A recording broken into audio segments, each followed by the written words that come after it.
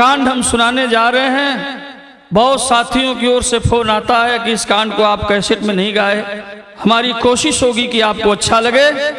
कहना है बरेली कांड के नाम से जाएगा। फूल से भी है नाजुक ये रिश्तों का दामन,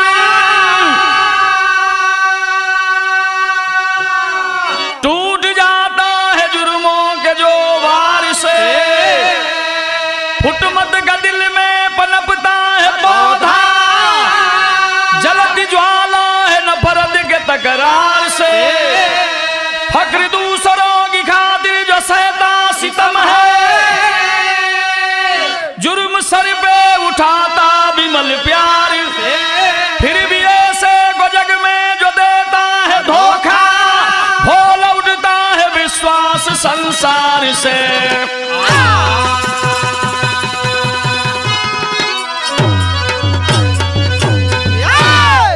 हम विश्वनाथ यादव और साथियों की आवाज में ये गाना सुन रहे हैं आप। भाई जैसन हित न भाई जैसन दुश्मन, ये बुजुर्गों ने कहा है। इसे हम सिद्ध करेंगे इस गाने में। एक लाइन तर्ज मास्टर।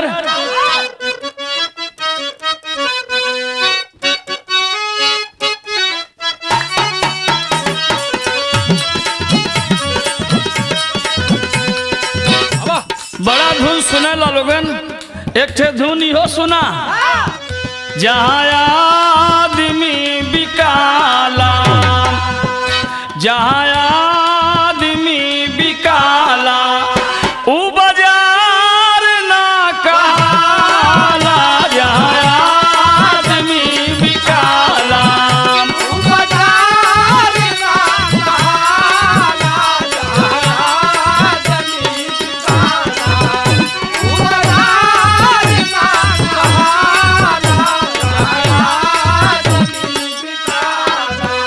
नैया डूबी किनारे, नैया डूबी किनारे, मझधार ना कहाला। नैया डूबी किनारे, मझधार ना कहाला। नैया डूबी किनारे, मझधार ना कहाला। नैया लेकिन कहा है कवि ने, कैसा बुरा जमाना, कैसा बुरा जमाना, साथी चलो संभल के। कैसा बुरा जमाना, साथी चलो संभल के। कैसा बुरा जमाना, साथी चलो संभल के। भाई का प्यार भूले, भाई का प्यार भूले, दीमक लगे अकल के। भाई का प्यार भूले, दीमक लगे अकल के। भाई का प्यार भूले, दीमक लगे अकल के। भाई का प्यार यहां से शेर है मास्टर। जग में है भाइयों का पावन पवित्र नाता, भाभी जहां में दूसरी कहलाती है माता। जिला बरेली अंतर्गत के हीरा लाल थे, पत्नी थी गीता, बेटा गोपी गोपाल थे। गोपी की उम्र लगभग थी 12 साल की, थी 8 बरस उम्र अभी छोटे लाल की। पिता ने एक्सीडेंट में है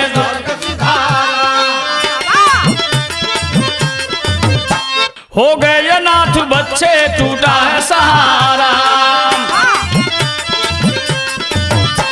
बीमार रहती गीता सजना की याद में, गोपी से बोली एक दिन माता फरियाद में। बरेली का रहने वाला हीरालाल गरीब आदमी था, सर्वहारा कुछ था नहीं उसके पास। दोनों हाथ की कमाई से मोटा काम करके अपने बच्चों का परवरिश कर रहा था। ए भैया, भगवान भी गरीबन की बड़ी कड़ी परीक्षा ले लेन। एक दिन हीरालाल शहर से घर की ओर लौटा, अचानक एक्सीडेंट हुआ उसका। घरे खबर आयल, लोग बतौलन हीरालाल का दुल्हन दोनों बच्चन के लेके छाती पीट पीट के रोत है। लाश पर लोग समझौलन कि यह दुनिया हो, जो आया है उसे जाना है, बड़ा हो छोटा हो, राजा हो रंग हो, अमीर हो गरीब हो, साधु हो संत हो, पागल मत बन गीता, इन बच्चों के लिए अब तुम्हें जीना है।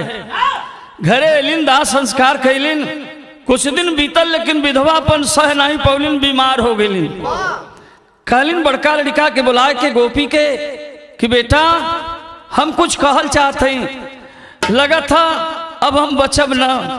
कहलन रे माई इसे कहे का तो दवा दारू होत बात ठीक हो जाइबू। कहलिन कि ना बेटा अब बच न पाइब, हम एक बात कहल चाहते। कहलिन बोला, तोरे आदेश का पालन कर माई।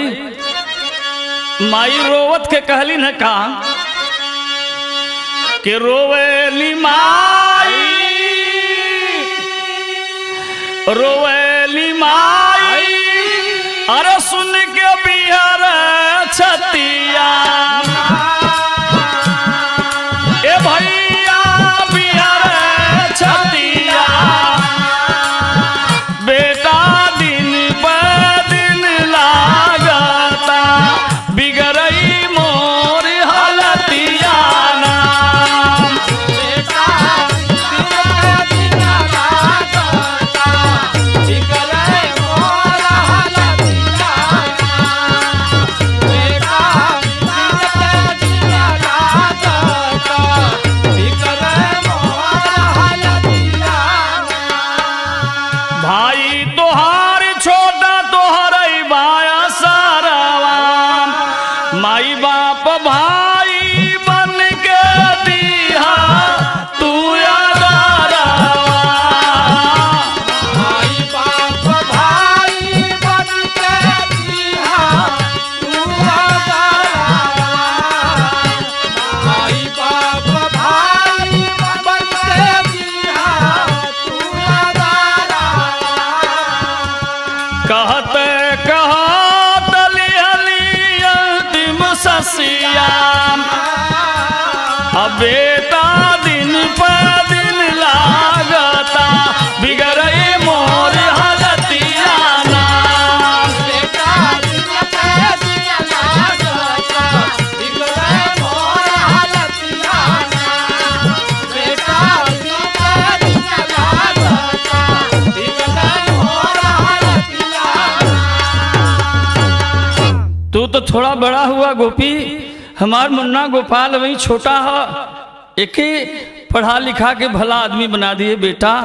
कह कि माँ दम तोड़ देती है, लेकिन कहा है कवि ने, अरे भाई का नाता टूटी ना के मोरे राम हो राम। भाई का नाता टूटी ना, लाखों जुर्म ढली ना लगी जुर्म के ताता।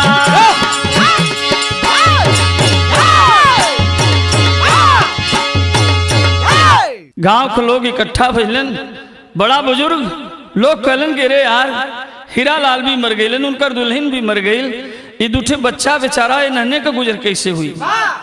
लोग कहलन कि आप लोग कहल का चाहत हो। कहला कि हमने तो यह कहल चाहते कि बड़का धीरे धीरे 12-13 बरिश कहा, सब जने थोड़ा थोड़ा हाथ बटावे, एक साइकिल खरीद जाए, दूध दुहावे, रोजगार हमने के देना हो, सब लोग एक दूध दे, शहर में बेची, 10 रुपया बची, नहनों को गुजर।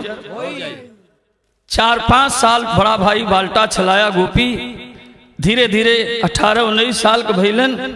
गांव के लोग जुटना कहना गिरे यार ये गांव में दूठे बच्चा बेचारा अपने हाथ से बनावल खाना, कौनो गरीब दुखिया देख के नन्हे का बियाह करा दिल जा तो कम से कम बनल रोटी तो पौतन, शादी भी करा दिल।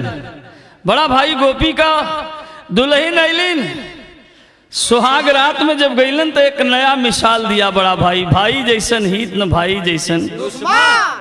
औरों के लिए जो रोता है लाखों में वही एक होता है। सुहाग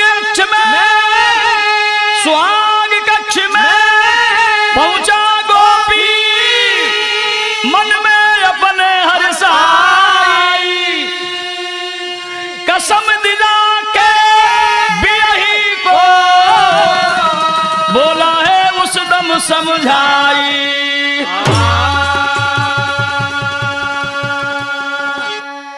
सुहाग रात में गईलन, दुल्हन पैर पकड़लिन, बैठौलन, कहलन की दुल्हन हम कुछ कहल चाहते हैं। कहलिन बोला स्वामी तोरे आदेश का पालन हुई। कहले हम कसम खैले हैं अपने मुन्ना के पढ़ा लिखा के भला आदमी बना देवे, मन तोहार कितना सहयोग रही। कह पूरा पूरा सहयोग रही। कहला तब सुना खुशी के खातिर भाई के अब त्याग तुम्हें करना होगा, सर पे मुसीबत ले करके कांटों पर भी चलना होगा।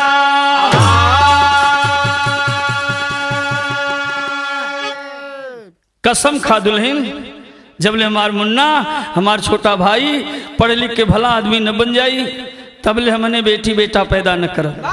कालिन की ऐसे का दिक्कत हुई स्वामी? काला सबसे बड़ी दिक्कत तो यह हो बेटी बेटा पैदा हुई हमरे मुन्ना का दुलार कम हो जाए दुल्हन। कालिन ठीक हो पूरा सहयोग रही। कब से? कहे आजे से ना अब्बे से। ए भैया वही दिना से माई के दुलार देली भाभी, माई के दुलार देली भाभी, सेवली कसमिया कतार होती, माई के दुलार देली भाभी, सेवली कसमिया कतार होती, माई के दुलार देली भाभी, सेवली कसमिया कतार होती, माई के दुलार देली भाभी। भैया भाभी का रंग लाई मेहनतिया, नौकरी के खातिर चादर दौलतिया की, माई के दुलार देली भाभी, बतिया बतावई मन मार होती, माई के दुलार देली भाभी, बतिया बतावई मन मार होती, माई के दुलार देली भाभी, बतिया बतावई मन मार होती, माई के दुलार देली भाभी। पढ़ लिख के सयाना भइलन, अब नौकरी के लिए यहाँ वहाँ परीक्षा देवे लगलन। एक दिन गोपी जो ही बाल्टा लेके अलन, देखलन छोटा भाई गोपाल बैठल हुआ, साइकिल खड़ी कैलन, घरे में गईलन। कहलन दुल्हन कुछ कहलू का आज मुन्ना बड़ा उदास है। कहली अब तो अलन ये पानी वानी ले चले थे। जाके पूछा बड़ा भाई काहे उदास हुए मुन्ना? कहला भैया जना था मैं नौकरी न मिल पाई। काहे? एकर मतलब सही पेपर हल न करत हुई बा। कहला कुल के बादों न मिली। कहे मुन्ना आखिर काहे न मिली? कहे भैया बिना रिश्वत देले नौकरी न मिली। कितना चाहिए? कहे 1 लाख रुपया जुगाड़ हो जाए तो हमें नौकरी मिल जाएगी। कहला मुन्ना अरे ड्यूटी हमारो बाबू, जा तू बात करा, पैसा का इंतजाम हम न करब। साइकिल उठौलन, नर्सिंग होम में डूब दे, डॉक्टर साहब के पास गईलन। कहला डॉक्टर बाबू हमरे मुन्ना के नौकरी के लिए 1 लाख रुपया की जरूरत हो। हम अपने माई से कसम खैले बाबू कि पढ़ा लिखा के भला आदमी बना दे। डॉक्टर कहला कि देखा गोपी 10-5 हजार का बात हो तो और सहयोग कह दी, हम झूठा वादा न कर। आंख में आंसू भर गए गोपी के। कहला गोपी रोत हुआ, रोवा मत, एक विकल्प पैसा मिल जाये तो। कह दुनिया के कौनो विकल्प बदे हम तैयार हैं अपने मुन्ना के लिए डॉक्टर बाबू। कहना हमरे हॉस्पिटल में एक अमीर आदमी भर्ती हो के एक किडनी का जरूरत हो, गोपी तू अपन एक ठे किडनी दे दा, 1 लाख का सौदा हम करा दे। कहना अब्बा इली डॉक्टर बाबू।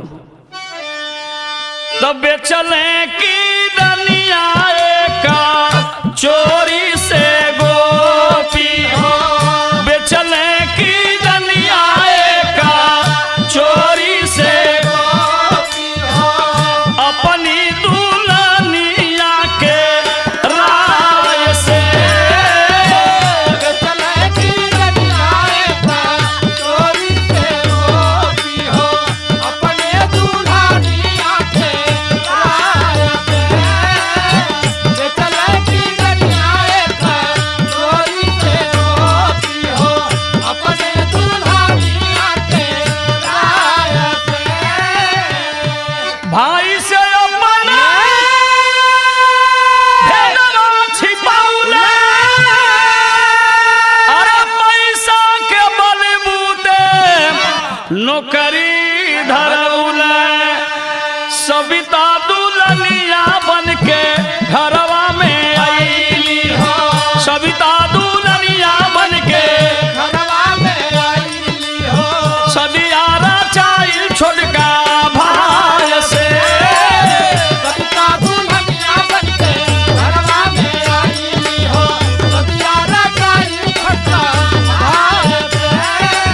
सविता दुल्हनिया बन के घरवा में आईली हो, सदियारा चाइल छोटका भाई से। धन्यवाद है बड़े भाई को, अपने छोटे भाई की नौकरी में रिश्वत देने के लिए अपनी किडनी तक बेच दिया। नौकरी लग गई, लब का पूछे के अब तो दोबारे लाइन लगे लगल। सोचला हम गरीब आदमी के नाही करे, मुन्ना का बियाह हो के दी। शादी कैलन, दुल्हन अइलिन।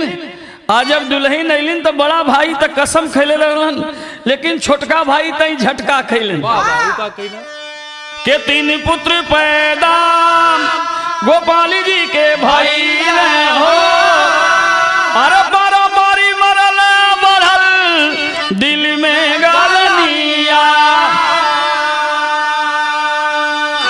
3 लड़का भैलन, तीनों मरद गईलन। जनते हुआ औरतन का हाल, अब यहाँ वहाँ लगलिन दौड़े। जैसे देखल आप लोग बेचू वीर देवरहवा बाबा, शीतला माई, दुर्गा जी, लेकिन इन्हें ढेर दूरे ना जाए के। गौवा के बगलिए में गुप्ता जी एक ठे ओझा रहन, उनके पास गईली। का कहलन है कि ओझा जी बतौले जेठानी तोरी तो नहीं न हो, अरे तोरे उमर भूतावा का रौले बापा पिनिया।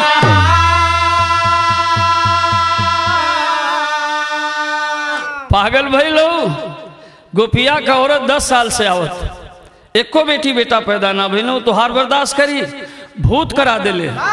घरे में झगड़ा तो झगड़ा करेली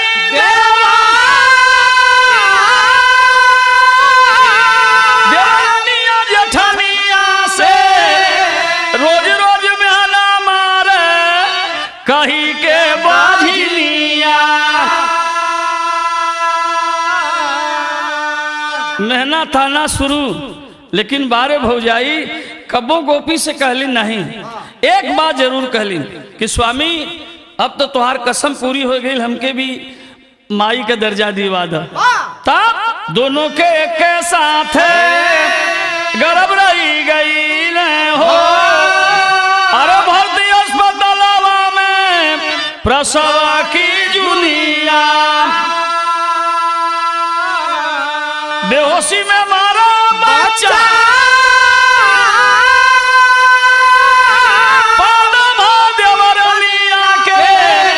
अरे सुगर गला जाना मारी है जेठनिया।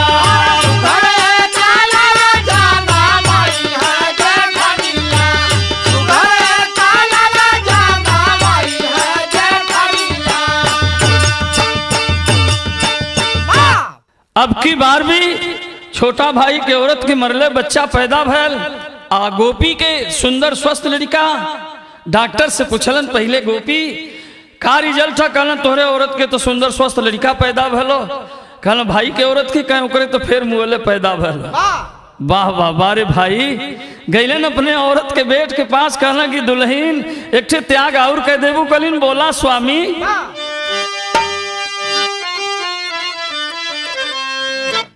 ए भैया दोनों परानी धई के डॉक्टर के पायरिया रोव नहीं अरवा के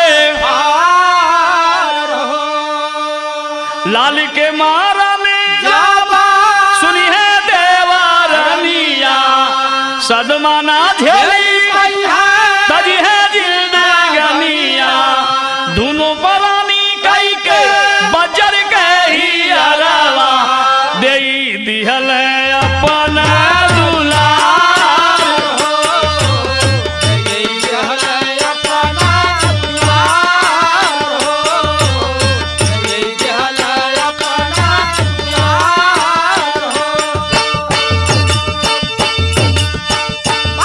डॉक्टर बाबू हमार लड़का हमरे छोटा भाई के औरत के पास सुता दा ओकर मरलका हमरे औरत के पास चौथी बार को वाकिया हो होश में आई जब सुनी कि यदा भी मरले पैदा भलो हार्ट फेल हो जाए डॉक्टर साहब। लेकिन एक बात है डॉक्टर से कहा रखिया भेदवा छिपाई मरा लाली लेके लागी है रुलाई गोदिया में ललना खिलावा देवरनिया लेकिन तनावा सुनावई बारे बार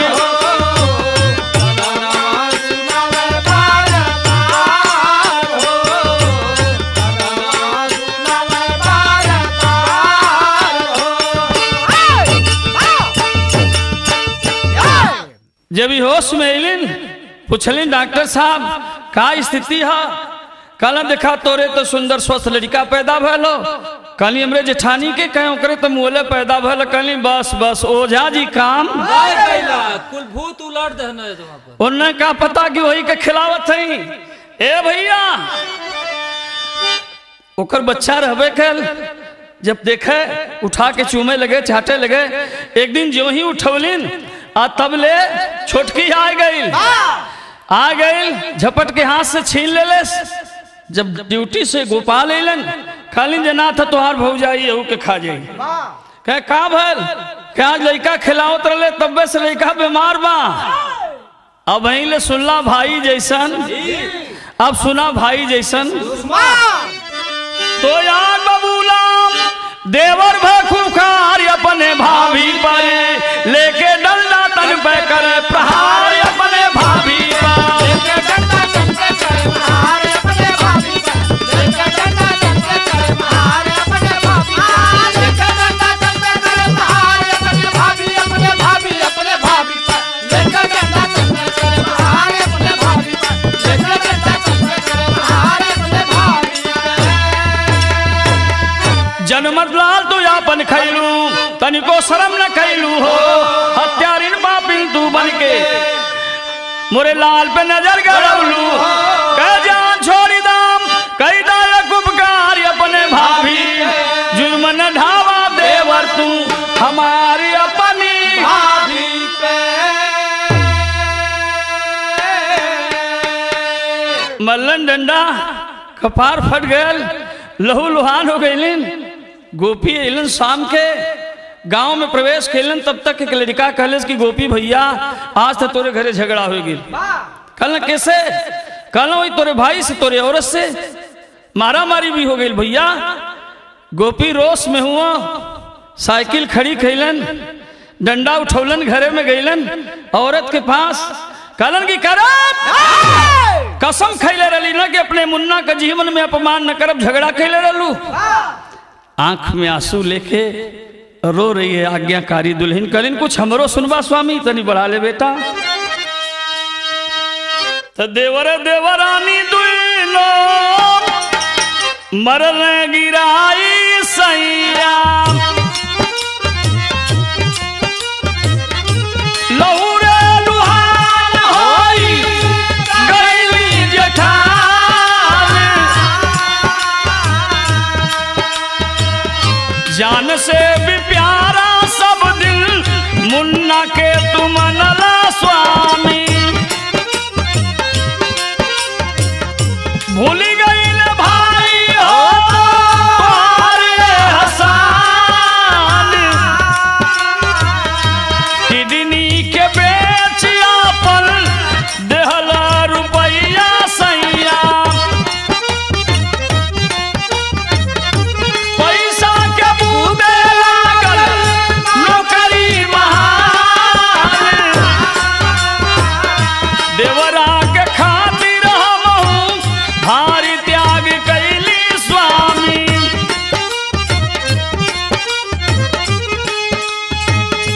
देवरा के खातिर हमहू भारी त्याग कैली स्वामी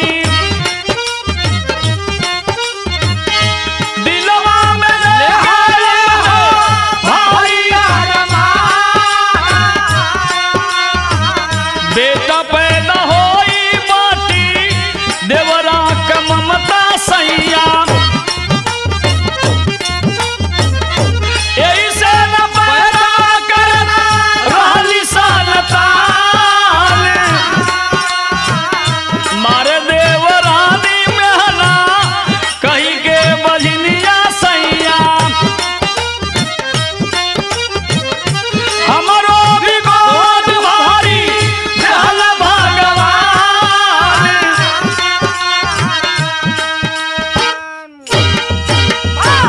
स्वामी सुहाग रात में कसम देवला बेटी बेटा पैदा न कैली नहीं मुन्ना का दुलार कम हो जाई तोरे आदेश को पालन कैली स्वामी मुन्ना के नौकरी के लिए आपन किडनी तक बेच दिला कबो तो से ओरहन ना दिली अपने मुन्ना के खुशहाली के लिए एक माई के ममता का गला मरोड़ के बेटा भी दे दिला स्वामी कबो इतराज ना कैली कहना तब का भर कहली आज वही कई नाम पौले हैं बड़ा भाई गोपी जब देखा अपनी आज्ञाकारी पत्नी की ओर लहू लुहान है साड़ी ब्लाउज खून से रंगा गई है कहना दुल्हनी चोट कैसे आ गई कहली तुहार मुन्ना हमरे त्याग कही है इनाम दिले हो स्वामी जिंदगी भर तोरे आदेश को पालन कैली का एक बात हमार मान जी बा कहलन बोला दुल्हन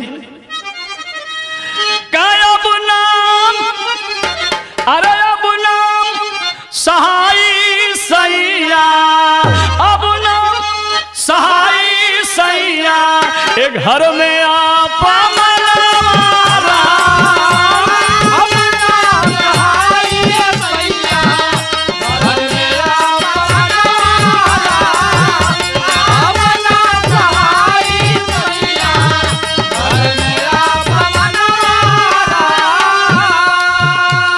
अब ना सहाय सैया ए घर में अपमानवारा रतिया के छोड़ के चलवा रतिया के छोड़ के चलवा भाई के भवनवारा रतिया के छोड़ के चलवा भाई के भवनवारा रतिया के छोड़ के चलवा भाई के भवनवारा स्वामी अबे घर में अपमान के सिवा सम्मान का आशा मत करा कहीं दूर बहुत दूर चल के एक नई दुनिया बसावल जा स्वामी कलन ठीक बा दुल्हन ए भैया रहबे समाना ममता सराई रहबे समाना ममता सराई रहबे समाना ममता सराई छोड़ के चला दूर कहीं जइबा भुलाई छोड़ के चला दूर कहीं जइबा भुलाई छोड़ के चला दूर कहीं जइबा भुलाई जिंदगी में पहली बेरी जिंदगी में पहली बेरी माना मोर कहना जिंदगी में पहली बेरी माना मोर कहना जिंदगी में पहली बेरी माना मोर कहना कहीं दूर बहुत दूर चल के स्वामी एक नया जीवन जियल जाए लेकिन ध्यान रहे गांव भर में जब झगड़ा लड़ाई होला औरतें भले ही न जा कोनो बच्चे लगा दिली सुने के कि देख का बात होती जब गोपी अपने कमरे में गया तो छोटा भाई गोपाल छुप के सुन रहा था कहा मेरा भाई मेरे लिए कसम खा लिया बेटी बेटा पैदा नहीं करेंगे। मेरा भाई मेरी नौकरी के लिए अपनी किडनी बेच दिया, आज तक नहीं बताया। मेरा भाई मेरी खुशहाली के लिए माँ की ममता का गोद उजाड़ दिया। मैं सुनता था, किताबों में पढ़ता था, आज भी इंसान के रूप में देवता प्रकट होते हैं। इंतजार में है। लगभग 1 बजे रात बड़े भाई गोपी का दरवाजा खुला, आगे आगे गोपी, पीछे पीछे उसकी आज्ञाकारी दुल्हन, सिंगल वस्त्र में, न कोई अटैची, न कोई बक्सा, न कोई गठरी, जो पहना है गोपी, जो पहनी उसकी औरत। आज जा रहा बड़ा भाई दुखी होकर के घर छोड़ के, कहां जाएगा उसे खुद पता नहीं। जो ही बढ़ रहा है, बार बार अपने घर की ओर देख रहा है, तब तक एक आवाज आई। कौन था आवाज देने वाला? कैसे त्याग वाला, कैसे त्याग वाला, कर्जा हम चुकाई बीरना, माफी मांगला कभी नवा कसाई बीरना, माफी मांगला कभी नवा कसाई बीरना, माफी मांगला कभी नवा कसाई बीरना, होय कसाई बीरना, होय कसाई बीरना, माफी मांगला कभी नवा कसाई बीरना, माफी मांगला कभी नवा कसाई बीरना। भैया अपने मुन्ना के छोड़ के मत जा भैया, मुझे क्या पता कि इंसान के रूप में जो देवता प्रकट होता है मेरे भाई गोपी जैसा होता है। इतना बड़ा त्याग कह रहा है कि जानना ही पौली भैया तोहरे हम त्याग के, बन के बेदर्दी ठोकर मरली अनुराग के,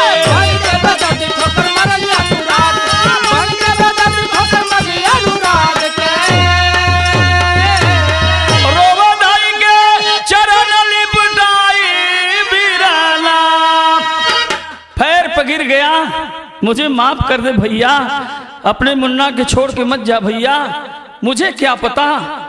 कह रहा है हमारे खुशी खातिर तू लगऊ लगर से पीरा, तो खुशी खुशी ले लहरा अपन हीरा,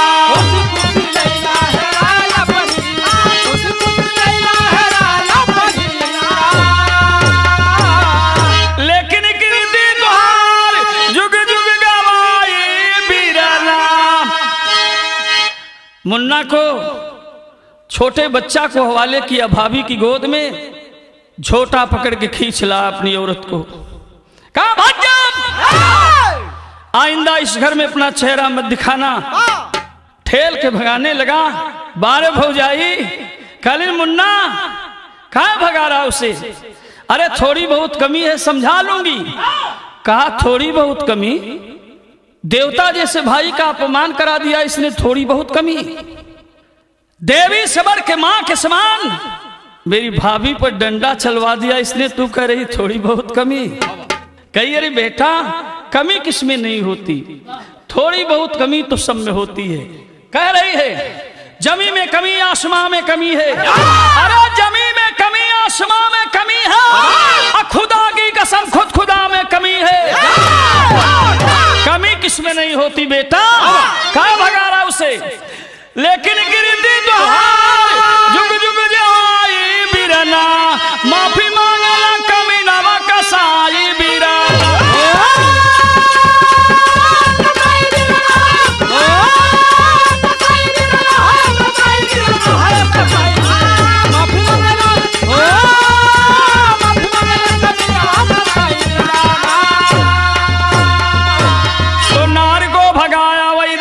कही के नगनिया बोली भाभी कतहु न जाइए देवरनिया, बोली भाभी कतहु न जाइए देवरनिया, बोली भाभी कतहु न जाइए देवरनिया, रहल जाई मिलके फैसला सुनाई बीरना, माफी मांगला कमी नवा कसाई बीरना,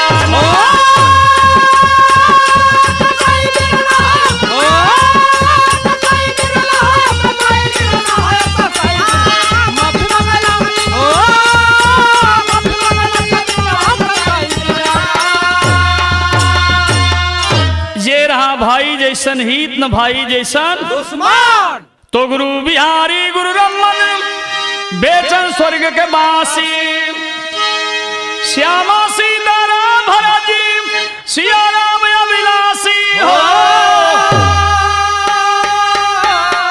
भाई का नाता टूटी ना भोला विश्वनाथ के रक्षक मैहर माता भाई का नाता टूटी ना भोला विश्वनाथ के रक्षक मैहर माता भाई का नाता टूटी ना भोला विश्वनाथ के रक्षक मैहर माता हो भाई के नाता टूटी ना कभी मोरे रामा